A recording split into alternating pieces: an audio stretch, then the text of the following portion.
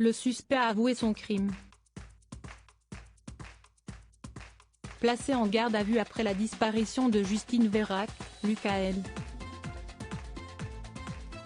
a avoué avoir tué la jeune femme de 20 ans, selon les informations de France 3 confirmées par Le Parisien. Aux enquêteurs dans la nuit de mercredi 26 à jeudi 28 octobre, il aurait révélé avoir enterré le corps de cette jeune mère de famille dans un bois, que les policiers et un juge vont visiter ce jeudi 28 octobre pour confirmer ou infirmer ses propos.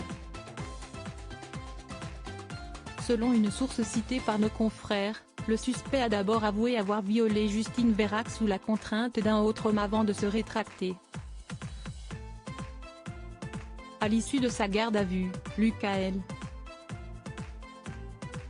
pourrait être déféré en vue de sa mise en examen, selon Le Parisien.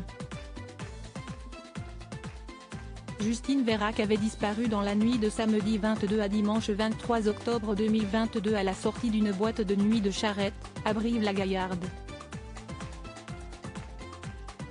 Selon plusieurs témoins sur place, cette jeune mère de famille de 20 ans aurait été aperçue pour la dernière fois en compagnie d'un jeune homme aux abords de l'établissement, alors qu'elle était sortie s'aérer quelque temps. Selon Le Parisien, les amis de Justine Vérac ont expliqué aux enquêteurs que depuis peu, la jeune maman fréquentait un jeune homme de 21 ans, Lucas.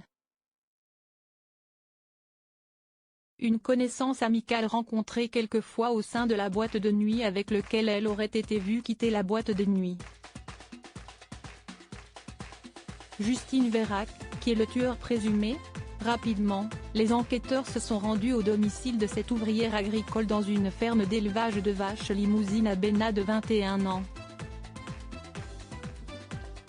Là, ils ont retrouvé des traces de sang dans sa chambre mais également dans son véhicule et le sac à main de Justine, calciné.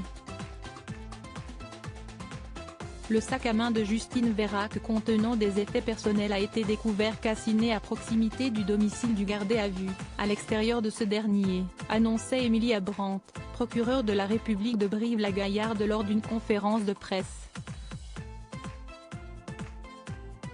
Je le voyais très régulièrement, il faisait des matchs de foot avec son équipe et passait ses soirées chez nous. Je le connais bien. Si est une personne qui s'est toujours bien comportée, a expliqué à BFM TV Dimitri, qui travaille dans un restaurant dans lequel le suspect avait ses habitudes. Si est troublant qu'il soit dans cette affaire.